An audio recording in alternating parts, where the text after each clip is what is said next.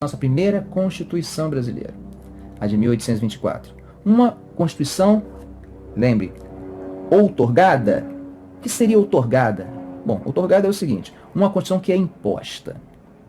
Uma Constituição promulgada é aquela Constituição que passa pelos trâmites legais, né? É uma Assembleia Constituinte autônoma, livre, que constrói aquela carta.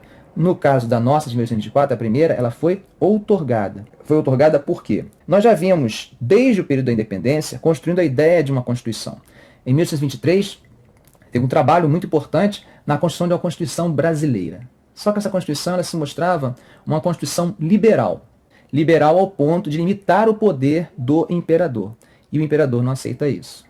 Tá? Ele vai acabar, na famosa Noite da Agonia, dissolvendo a Assembleia e convocando uma outra que deveria escrever essa Constituição que seria digna do imperador e do Brasil. Pra vocês terem noção, essa Constituição ela dura menos um mês.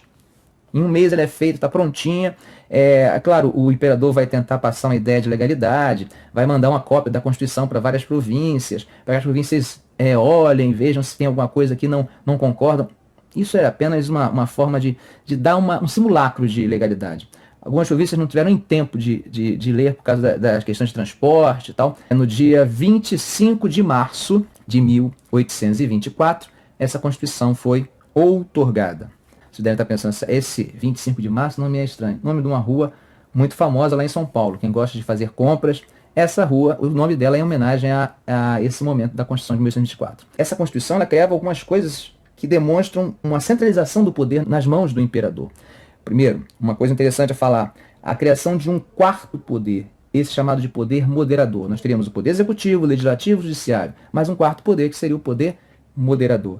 Esse poder seria exercido pelo gabinete e pelo imperador. E ele teria a capacidade de interferir nos demais poderes. Isso demonstra uma grande centralização de poder nas mãos do imperador. Essa situação, será que ela se aceita de forma pacífica? Não.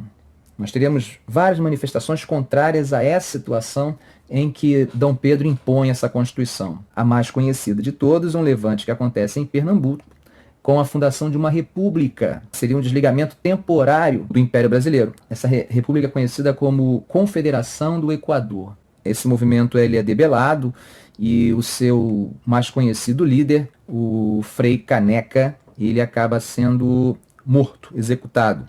Essa situação já demonstra que não há uma aceitação total ao governo de Dom Pedro I. Aquele consenso de 1822, que eu falei para vocês que era incentivado e inspirado pelo haitianismo, ele já não funciona mais. Agora as diferenças são marcantes.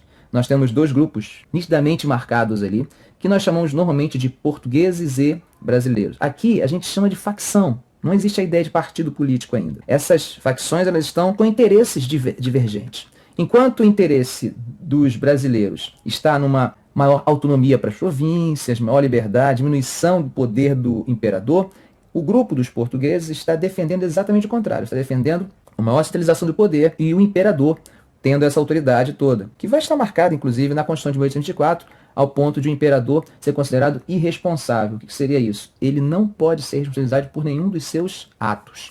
Essas divergências elas vão se acentuando com alguns acontecimentos. Tá? Por exemplo, as condições impostas por meio do tratado feito com a Inglaterra, chamados acordos desiguais, esses acordos vão gerar um sentimento de insatisfação por parte de muitos desses políticos brasileiros, dessa elite brasileira, que, além de ter prejuízos financeiros, ela vai também sentir que há uma transferência de dependência de Portugal simplesmente para a Inglaterra.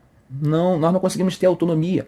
Aqueles grupos que pensavam num Brasil que pudesse desenvolver manufaturas, esses grupos também estão insatisfeitos.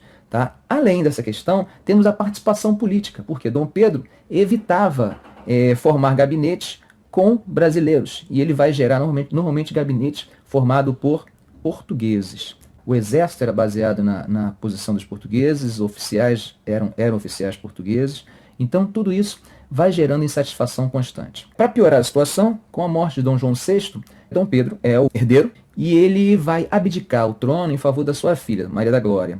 Maria da Glória vai a Portugal, né? Lá eles têm um acordo com um irmão de Dom Pedro, Dom Miguel, que vai noivar com a Maria da Glória para assumir o trono enquanto ela não tem idade suficiente. Só que Dom Miguel acaba dando um golpe e assumindo o poder. Isso vai acabar gerando uma guerra lá em Portugal, uma guerra pela sucessão, e essa guerra vai ser assumida por Dom Pedro. Tá? Dom Pedro vai acabar bancando uma guerra contra Dom Miguel para defender os interesses de sua